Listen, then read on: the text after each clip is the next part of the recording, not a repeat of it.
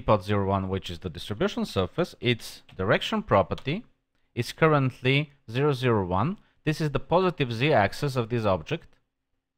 If we would rotate this object in space and ask for the direction, we would get the current orientation of its local z-axis relative to the world.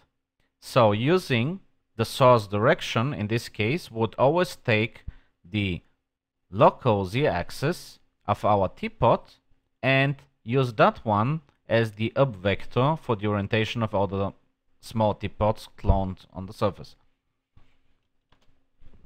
As we know, the cross product gives us a new vector which is orthogonal to both operands, the vertex normal at the surface and our current up vector. Using this, we can find a third vector which, just like the x, is the cross product from the existing normal and the previously calculated vector x.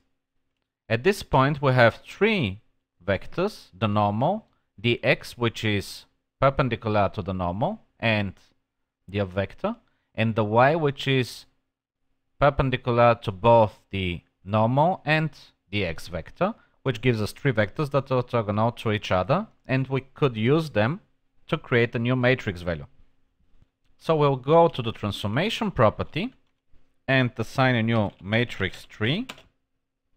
We construct a new matrix with the axis x, the y, the normal, which is the z in our coordinate system, and the position as row 4. This is the vertex position. And finally, as before, we can link our clone to the distribution surface in order to be able to rotate it, move it around, and have all the clones following the surface.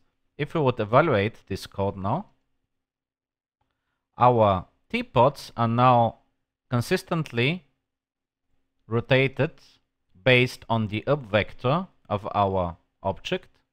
We could change the rotation to 0, 0, 0 of this teapot and take a look at the result.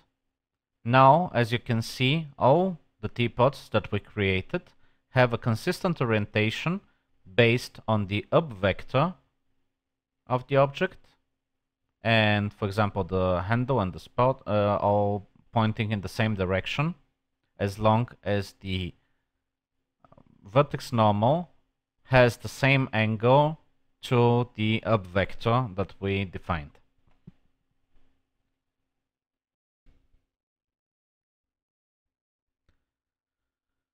When accessing the vertex position from an editable mesh, the result could be in local space or in world space, depending on the way we access the data, the modifiers, world space transformations, and world space modifiers that might be applied to the object, the properties that we use in MaxScript, and so on.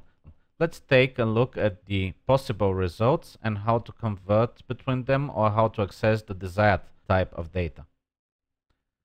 In this case, we have a box. This box has been collapsed to editable mesh at the base level, and there are a couple of modifiers which are currently disabled.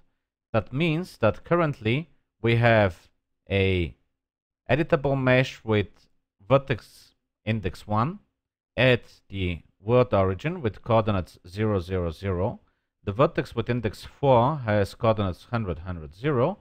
The vertex with index 8 has coordinates 100, 100, 100, which is the opposite corner of the box. And the pivot point of this object is currently at 50, 50, 0. Using the function getVert from the currently selected object, which should evaluate the editable mesh in order to be able to use the getVert, and accessing vertex with index 1, the result is 0, 0, 0, which, as we saw, is exactly the world position of the first vertex. This means that the getVert takes the result from the top of the modifier